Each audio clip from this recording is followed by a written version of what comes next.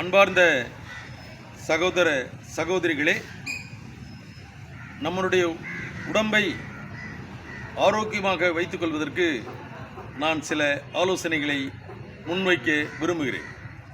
ஒன்று நடைப்பயிற்சி, வாக்கிங். இன்னொன்று உடற்பயிற்சி, எக்ஸசைஸ். மூன்று மன ஆரோக்கியம். நம் உடம்பை ஆரோக்கியமாக வைத்துக்கொள்வதற்கு இந்த மூன்றும் மிக முக்கியமானது. இந்த கருத்துக்களை முன்வைப்பது என்பது டாக்டருடைய ஆலோசனை, என்னுடைய அனுபவம்.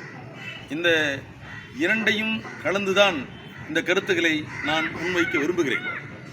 ஒவ்வொரு மனிதனும் டாக்டரிடம் செல்லக்கூடாது, மருத்துவமனைக்கு செல்லக்கூடாது என்று விரும்பினால், உடலை ஆரோக்கியமாக வைத்துக்கொள்ள வேண்டும் என்று விரும்பினால், முதலில் தினந்தோறும் காலையில் எழுந்தவுடன் நடைப்பயிற்சி அவசியமானது. காலையில் 5 மணிக்கு எழுந்திருத்து காலை கடனை முடித்து கொண்டு உடனடியாக நடைப்பயிற்சிக்கு நாம் தயாராக வேண்டும். நடைப்பயிற்சி என்பது 45 நிமிடங்கள் வேகமாக நடக்கும். வேகமாக நடக்கும்போது தான் வியர்வை கழிவுகள் வெளியேறும். ஆகவே மனிதனுடைய உடலில் சிறுநீர் கழிவு, மலக்கழிவு, வியர்வை கழிவு, இந்த மூன்றும் தினந்தோறும் வெளியேற வேண்டும். அப்போதுதான் மனிதன் ஆரோக்கியமாக வாழ முடியும். ஆகவே நடைப்பயிற்சி செய்வதனுடைய நன்மைகளே இரத்தோட்டம் சீராக இருக்கும், எலும்புகள் பலப்படும், தசைகள் பலப்படும். மனிதனுடைய உடற்பயிற்சியால், நடைப்பயிற்சியால் இந்த நன்மைகள் இருக்கிறது. இந்த உடற்பயிற்சி நடைப்பயிற்சி செய்வதால் மருத்துவமனைக்கு செல்ல வேண்டிய அவசியமே வராது. இதை ஒவ்வொருவரும் கவனிக்க வேண்டும். நிறைய பொதுமக்கள் நடைப்பயிற்சி மட்டுமே செய்கிறார். அது மட்டும் போதாது என்பது என்னுடைய தாழ்மையான கருத்து. காரணம், உடற்பயிற்சி செய்வதால் இரத்தோட்டம் சீராக இருக்கும் என்பது உண்மையது. ஆனால் உடற்பயிற்சி செய்வதால் முழங்கால் வலி, தசைப்பிடிப்பு, நரம்புகள் பிடிப்பு இது வராது. நிறைய பேர் அதை கவனிக்க தவறுகிறார்கள். ஆகவே உடற்பயிற்சியும் மிக முக்கியமானது. ஆகவே ஒவ்வொரு மனிதரும் இதை தினந்தோறும் கடைபிடிக்க வேண்டும். அப்போதுதான் நமது உடலை ஆரோக்கியமாக வைத்துக்கொள்ள முடியும்.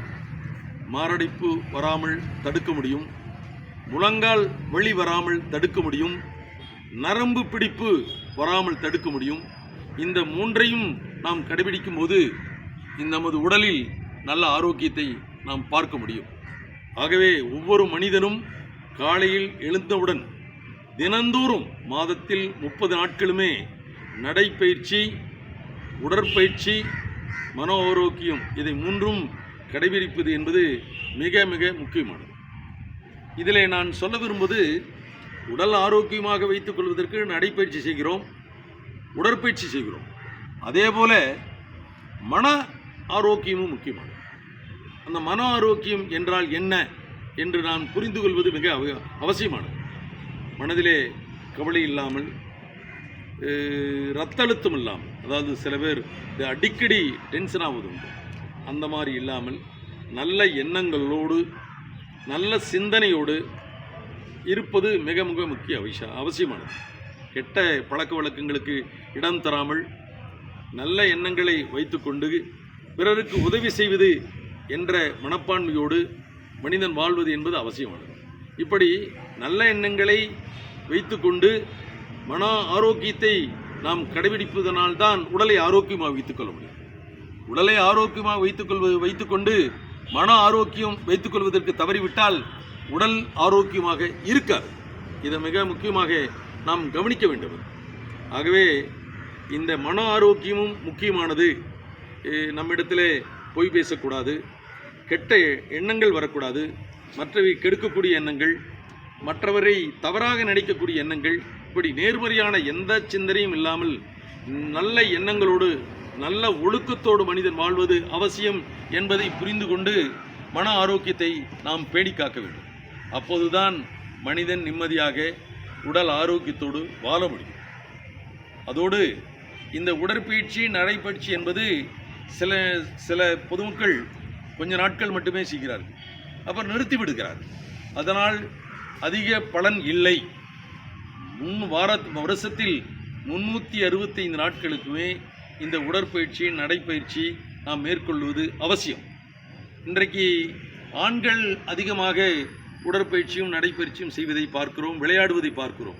ஆனால் பெண்கள், வீட்டில் இருக்கக்கூடிய பெண்கள் அப்படி செய்வதில்லை. உண்மையிலுமே பெண்களும் இந்த நடைப்பயிற்சி உடற்பயிற்சி செய்ய வேண்டும். அப்போதுதான் உடல் ஆரோக்கியமாக வைத்துக்கொள்ள முடியும். அடிக்கடி முழங்கால் வலிக்காக டாக்டரிடம் போவதை பார்க்கிறோம். தசை பிடிப்பதற்காக டாக்டரிடம் செல்வதை நாம் பார்க்கிறோம். வாயு தொல்லை என்ற ஒரு தொல்லை இருக்கிறது என்று டாக்டரிடம் பார்க்கிறோம். உண்மையிலேயே இந்த தொல்லைகள் வராமல் இருப்பதற்கு, மாரடைப்பு கூட வராமல் இருப்பதற்கு இந்த உடற்பயிற்சியும் நடைப்பயிற்சியும் செய்வதன் மூலமாக கட்டாயம் தடுக்க முடியும். அதைத்தான் நான் கடைபிடிக்கிறேன். இது டாக்டருடைய ஆலோசனை தான். டாக்டருடைய ஆலோசனை, என்னுடைய அனுபவங்கள், இதை இரண்டும் சேர்ந்துதான் இந்த காணொளியிலே நான் பேசிக்கொண்டிருக்கிறேன். ஆகவே ஒவ்வொரு பொதுமக்களும் இதை கவனித்து இந்த உடற்பயிற்சியும் நடைப்பயிற்சியும் மன ஆரோக்கியத்தையும் பின்பற்றுவது என்பது அவசியமானது. இதில் நான் இன்னொன்று சொல்ல விரும்புவது உணவு பழக்க வழக்கங்கள். உணவு பழக்க வழக்கங்கள் மிக முக்கியமானது. உடல் ஆரோக்கியத்திலே நடைப்பயிற்சி, உடற்பயிற்சி, மன ஆரோக்கியம் வைத்துக்கொள்வதிலே உணவு பழக்க வழக்கம் மிக முக்கியமானது. அந்த உணவு பழக்க வழக்கத்திலே கடைகளிலே உணவுப் பொருட்கள் வாங்கி சாப்பிடுவதை தவிர்க்க வேண்டும்.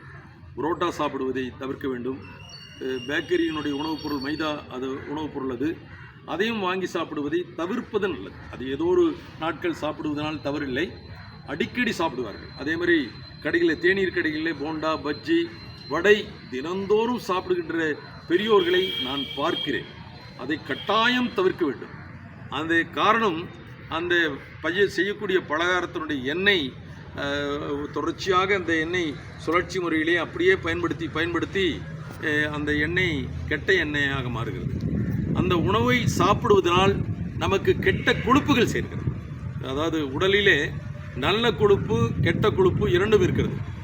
இந்த கெட்ட உணவுகளை சாப்பிடுவதால் கெட்ட கொழுப்புகள் சேர்ந்து மாரடைப்பு வருவதற்கு அது காரணமாக இருக்கிறது. ஆகவே கடைகளில் இருக்கக்கூடிய உணவுப் பொருளை, இந்த பலகாரங்களை, போண்டா, பஜ்ஜி, வடை, இந்த உணவுப் பழக்கங்களை வாங்கி சாப்பிடாமல் இருப்பது மிக மிக நல்லது. அதே மாதிரி பேக்கரி பொருளையும் தவிர்ப்பது நல்லது. வீட்டிலே காலை உணவு, குறைந்தபட்சம் கொஞ்சமாக உணவு, காய்கறி, கீரை, இதை காலையில் எடுத்துக்கொள்ளலாம்.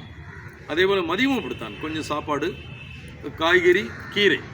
இதில் நாம் உணவிலே கொஞ்சமாக ஒரு கரண்டி சாப்பாடு, 2 கரண்டி காய்கறி, கீரை, அப்படி உணவில் எடுத்துக்கொள்ளும். மாலை இட்லி, 2 இட்லி, 3 இட்லி.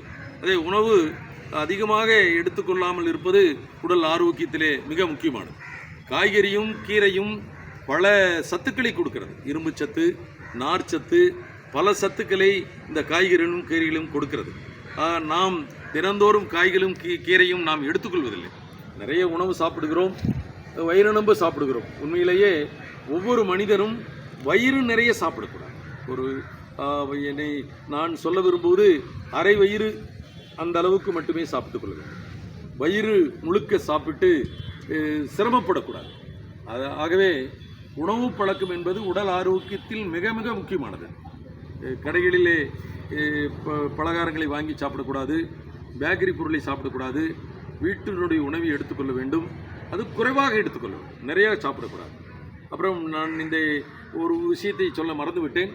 காலையிலே உடற்பயிற்சி செல்வதற்கு முன்பால் 3/4 லிட்டர் தண்ணீர் அருந்து விட்டு செல்ல வேண்டும். அப்போதுதான் நமக்கு இந்த மலம் கழிப்பதற்கு, கொஞ்சம் உடலை இலகுவாக வைத்துக்கொள்வதற்கு உதவுகிறது.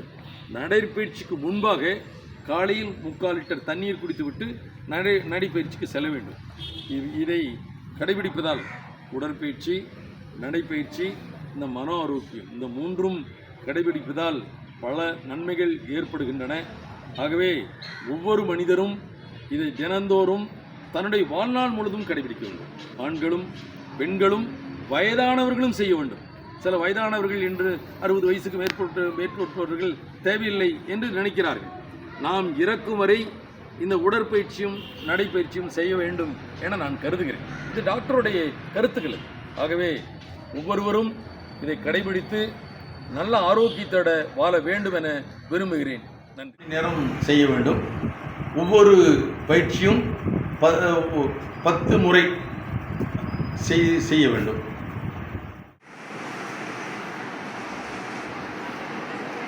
ஒன்று,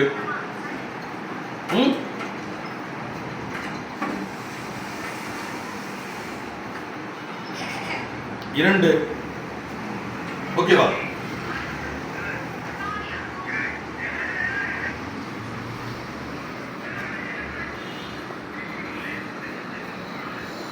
மூன்று. அவங்களுக்கு விழித்திரை விலகல்ல பார்வை குறைஞ்சிருச்சு, அவ்வளோதான். அதோட அவங்க வந்து 4, ஓகேவா?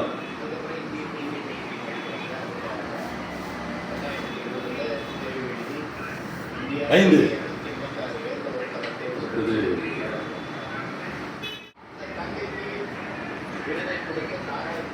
6,